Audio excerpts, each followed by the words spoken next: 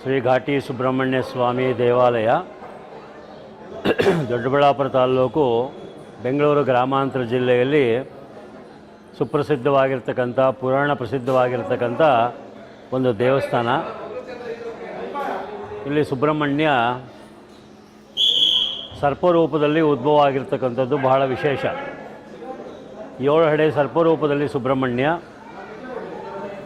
ಸರ್ಪರೂಪಿಯಾಗಿರ್ತಕ್ಕಂಥ ಸುಬ್ರಹ್ಮಣ್ಯ ಅವತಾರ ತಾಳಿರೋದ್ರಿಂದ ರಾಹುಕೇತುಗಳಲ್ಲಿ ದೋಷ ಇರ್ತಕ್ಕಂಥವರು ರಾಹುಕೇತುಗೆ ಸರ್ಪ ಅಧಿಪತಿಯಾಗಿರೋದ್ರಿಂದ ಈ ಕ್ಷೇತ್ರದಲ್ಲಿ ಭಗವಂತನಿಗೆ ಶ್ರದ್ಧಾಭಕ್ತಿಯಿಂದ ಜಾತಕದಲ್ಲಿ ಏನಾದರೂ ದೋಷ ಇದ್ದರೆ ಅದಕ್ಕೆ ಸೇವೆಗಳನ್ನು ಮಾಡ್ತಕ್ಕಂಥದ್ದು ಮಾಡಿದಾಗ ಭಗವಂತನ ದಯೆಯಿಂದ ಶೀಘ್ರವಾಗಿ ಮೋಕ್ಷ ಸಿಗ್ತದೆ.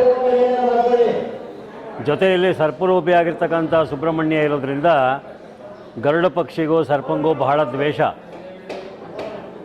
ದ್ವೇಷವಾದ ಕಾರಣ ಸರ್ಪವಂಶ ಎಲ್ಲ ನಾಶ ಮಾಡ್ತಾ ಇರ್ತಾನೆ ಗರುಡ. ಆಗ ಸರ್ಪರೂಪಿಯಾಗಿರ್ತಕ್ಕಂಥ ಸುಬ್ರಹ್ಮಣ್ಯ ವಿಷ್ಣುನ ಕುರಿತು ತಪಸ್ಸು ಮಾಡಿರ್ತಕ್ಕಂಥ ಕ್ಷೇತ್ರ ಇದು.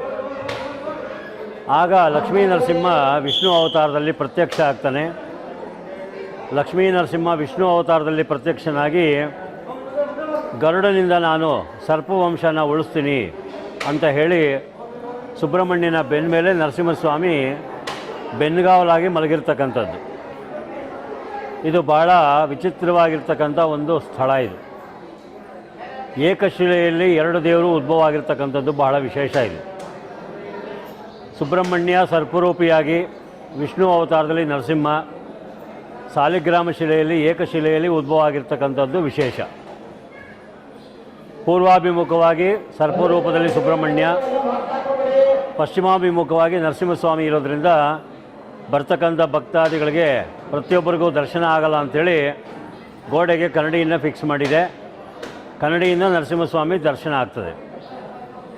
ಇದು ಸುಮಾರು ನಮ್ಮ ಬೆಂಗಳೂರು ಗ್ರಾಮಾಂತರ ಜಿಲ್ಲೆಯಲ್ಲಿ ಭಾಳ ಸುಪ್ರಸಿದ್ಧವಾಗಿರ್ತಕ್ಕಂಥ ಸಾವಿರಾರು ವರ್ಷಗಳ ಇತಿಹಾಸ ಇರತಕ್ಕಂಥ ಒಂದು ಕ್ಷೇತ್ರ. ಇದು ಬಳ್ಳಾರಿ ಹತ್ರ ಸಂಡೂರು ಅಂತ ಇದೆ. ಆ ಸಂಡೂರು ಮಹಾರಾಜರು ಆಗಿನ ಕಾಲದಲ್ಲಿ ಯಶವಂತರಾವ್ ಘೋರ್ಪಡೆ ಅಂತ, ಆಗಿನ ಕಾಲದಲ್ಲಿ ಮಹಾರಾಜರು ಅಂದರೆ ದೈವಾಂಶ ಸಂಭೂತರು ಅಂತ ಹೇಳ್ತಾಯಿದ್ರು. ಈಗಿನ ಕಾಲದ ರಾಜರಲ್ಲ. ಹಿಂದಿನ ಕಾಲದಲ್ಲಿ ರಾಜರು ಅಂದರೆ ದೇವರು ಬೇರೆ ಇಲ್ಲ, ಅವರು ಬೇರೆ ಇಲ್ಲ ಅಂತ ಒಂದು ಭಾವನೆ ಇತ್ತು. ಅವರಿಗೆ ಸ್ವಾಮಿ ಸ್ವಪ್ನದಲ್ಲಿ ಸ್ವಾಮಿ ಕಾಣಿಸ್ಕೊಂಡು ಈ ಕಾಡಿನಲ್ಲಿ ನಾನು ನೆಲೆಸಿದ್ದೀನಿ, ಹುತ್ತದಲ್ಲಿ ನೆಲೆಸಿದ್ದೀನಿ, ನಿನ್ನಿಂದ ಜೀರ್ಣೋದ್ಧಾರ ಆಗಬೇಕು ಅಂಥೇಳಿ ಅವರಿಗೆ ಸ್ವಪ್ನ ಆಗ್ತದೆ. ಆಗ ಮಹಾರಾಜರು ಬಂದು ತನ್ನ ಕುದುರೆ ಪರಿವಾರ ಸಮೇತ ಬಂದು ಕನಸು ಏನಾಯಿತು ಆ ಜಾಗದಲ್ಲಿ ಬಂದು ನೋಡಿದಾಗ ದೊಡ್ಡ ಹುತ್ತ ಆಯಿತಂತೆ. ಆ ಹುತ್ತದಲ್ಲಿ ಶಿಲಾಮೂರ್ತಿಯಾಗಿ ಭಗವಂತ ಕಾಣಿಸ್ಕೊಂಡಾಗ ಆ ಹುತ್ತದಿಂದ ಹಿಡಿದು ಧ್ವಜಸ್ತಂಭದವರೆಗೂ ಅವರೇ ಗುಡಿ ಗೋಪುರಾದಿಗಳನ್ನೆಲ್ಲ ಕಟ್ಟಿ ತ್ರಿಕಾಲ ಪೂಜೆಗೆ ವ್ಯವಸ್ಥೆ ಮಾಡಿ ಹೋಗಿದ್ದಾರೆ. ಈಗಲೂ ಸಹಿತ ಪ್ರತಿ ವರ್ಷ ಪುಷ್ಯ ಮಾಸದಲ್ಲಿ ಪುಷ್ಯಶುದ್ಧ ಷಷ್ಠಿ ದಿವಸ ಬ್ರಹ್ಮರಥೋತ್ಸವ ನಡೆಯುತ್ತೆ. ಆ ಬ್ರಹ್ಮರಥೋತ್ಸವ ನಡೀಬೇಕಾದ್ರೆ ಅವರ ಸಮ್ಮುಖದಲ್ಲಿ ನಡೆಯುತ್ತೆ ಈಗಲೂ ಕೂಡ. ಆ ಯಶವಂತರಾವ್ ಘೋರ್ಪಡೆ ಅಂತ ಏನು ಮಹಾರಾಜರಿದ್ದರು ಅವರ ವಂಶಸ್ಥರೇ ಬಂದು ಈಗಲೂ ಬ್ರಹ್ಮರಥೋತ್ಸವ ನಡೆಸ್ಕೊಡ್ತಾರೆ. ಇಲ್ಲಿ ಕ್ಷೇತ್ರದಲ್ಲಿ ತ್ರಿಕಾಲ ಪೂಜೆ ನಡೀತಾ ಇರುತ್ತೆ. ಬೆಳಗ್ಗೆ 5 ಗಂಟೆಯಿಂದ 7 ಗಂಟೆ ಒಳಗೆ ಒಂದು ಅಭಿಷೇಕ, ಅಲಂಕಾರ, ಮಂಗಳಾರತಿ ಆಗುತ್ತೆ. ಮತ್ತು 8:30ಗೆ ಮತ್ತೆ ಅಭಿಷೇಕ ಪ್ರಾರಂಭ ಆಗಿ 10:30, 10:45ಗೆ ಮಹಾಮಂಗಳಾರತಿ ಆಗ್ತದೆ. ಮತ್ತು ಸಂಜೆ ಪೂಜೆ 8:30ಕ್ಕೆ ಷೋಡಶೋಪಚಾರ ಪೂಜೆ ಆಗುತ್ತೆ. ಈ ರೀತಿಯಾಗಿ ತ್ರಿಕಾಲ ಪೂಜೆ ನಡೆಯುತ್ತೆ.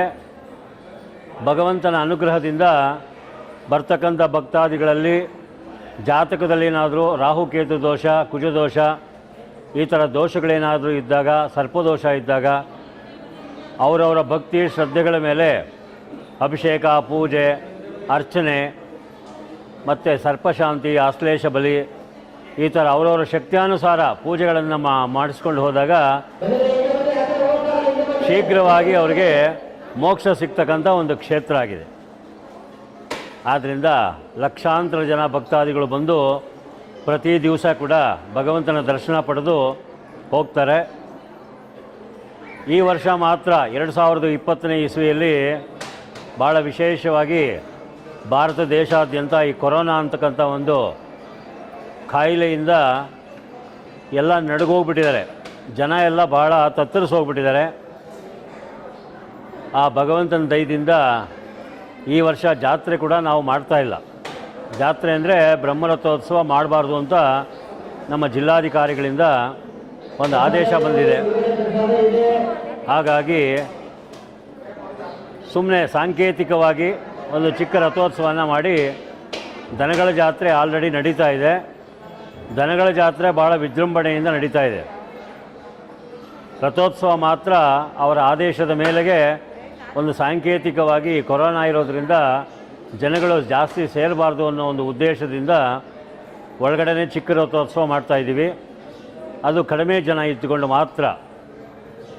ಆದ್ದರಿಂದ ಈ ಒಂದು ಕೊರೋನಾ ಅಂತಕ್ಕಂಥ ಒಂದು ರೋಗಾಣು ದೋಷ ಏನಿದೆ ಅದು ಶೀಘ್ರವಾಗಿ ಭಾರತ ದೇಶ ಬಿಟ್ಟು ತೊಲಗಲಿ.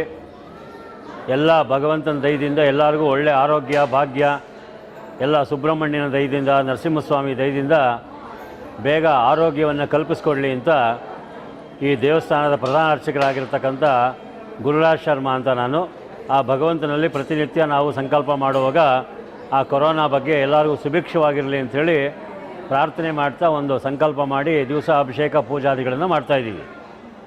ಆದ್ದರಿಂದ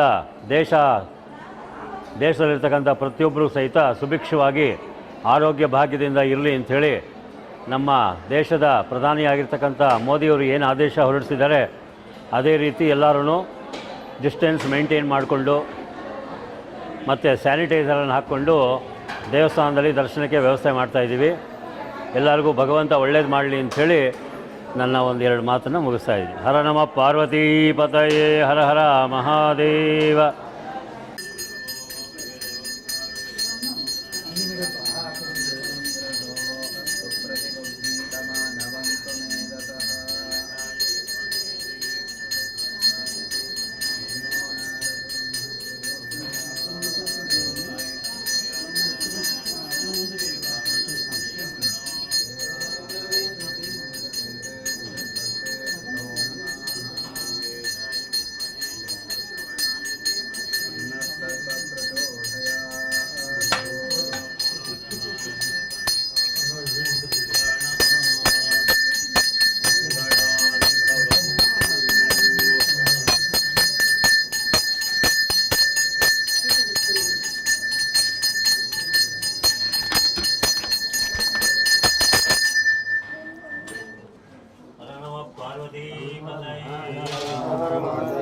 जय इंदिरा रमण गोविंद, श्री सुब्रह्मण्य स्वामी की जय।